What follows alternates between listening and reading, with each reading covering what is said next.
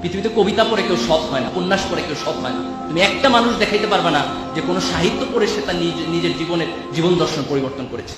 কিন্তু আমি 1000 পিপল দেখাতে পারবো in the history of the world যারা ধর্মগ্রন্থের কারণে, ধর্মীয় বিশ্বাসের কারণে তার নিজের জীবনের সততা প্রমাণ করেছে। যে ব্যক্তি যে মসজিদে যায়, যে যায় না তার চেয়ে সে ভালো মানুষ। যে মন্দিরে যায়, যে যায় না তার চেয়ে সে ভালো মানুষ। যে গির্জায় যায়, যে যায় না তার চেয়ে সে ভালো মানুষ। পৃথিবীর কোনো ধর্ম মানুষকে অন্যায় শেখায় না, পৃথিবীর কোনো ধর্ম মানুষকে মিথ্যা কথা শেখায় না, পৃথিবীর কোনো ধর্ম মানুষকে নগ্নতা শেখায় না, পৃথিবীর কোনো ধর্ম মানুষকে অশ্লীলতা শেখায় না। কিন্তু তুমি তোমার ধর্মের কাছে ফিরে যাও। একটা ধর্মহীন সমাজ করে আমরা মানুষের সমাজ বানাতে পারবো না। আজকে পাশ্চাত্য সমাজ তো মানুষের সমাজ নাই, এটা অমানুষের সমাজ হয়ে গেছে, ভয়ঙ্কর অমানুষের সমাজ হয়ে গেছে। এই ধর্মহীন পাশ্চাত্যের সমাজ যেন আমাদের টার্গেট না। তোমাকে একটা জিনিস মনে রাখতে হবে, তুমি পরিশ্রম করবা, তুমি তার ফলাফল পাবা। তুমি ফাঁকিবাজি করবা, তারও ফলাফল তুমি পাবা। প্রত্যেকটা ভালো কাজের একটা রিওয়ার্ড আছে, প্রত্যেকটা খারাপ কাজের একটা পানিশমেন্ট আছে। আমি দুইটা ধর্মের দুইটা মাইথোলজি থেকে দুইটা কোট করে আমি আমার বক্তব্য শেষ করব। হিন্দু ধর্মের একটা গল্প আছে এরকম যে তাদের একজন রাজা ছিলেন, মোস্ট প্রবাবলি তার নাম ছিল গান্ধারী। একটা যুদ্ধে তার অনেকগুলো সন্তান মারা গেছে। তো সে ঈশ্বরকে প্রশ্ন করলো যে, ঈশ্বর তুমি আমাকে এত বড় পানিশমেন্ট কেন দিলে যে আমার সব সন্তান একটা যুদ্ধে মারা গেল?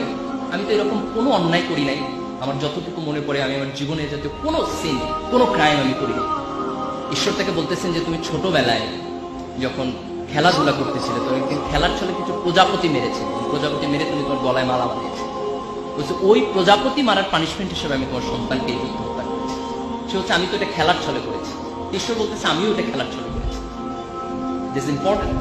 সে তার ছোটবেলায় একটা জীবকে হত্যা করেছে, হয়তো বুঝে নাই, but that wrong did punishment হিসেবে তার জীবনে ফেরত এসেছে।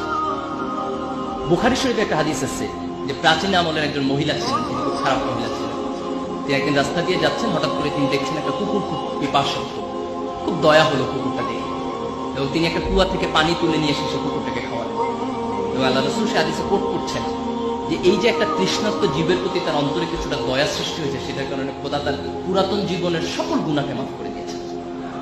That was a very small ভালো কাজ, খুব ছোট্ট একটা ভালো কাজ, কিন্তু সেই ভালো কাজটা খোদার আরশে গিয়ে অনেক বড় হিসাবে তার কাছে প্রতিদান হিসাবে ফেরত এসেছে। এই যে আমরা আমাদের জীবনে অনেকগুলো কাজ করি, আমরা তো অনেক ভাবি না যে এটার আউটপুট কি হবে, কিন্তু তুমি একটা ছোট্ট ভালো কাজ করো, বিলিভ মি, এই ভালো কাজের প্রতিদান তুমি তোমার জীবনে পাবা। তুমি একটা ছোট্ট খারাপ কাজ করো, এর প্রতিদান তুমি তোমার পাবা, এই জেনারেশনে না হলে নেক্সট জেনারেশনে।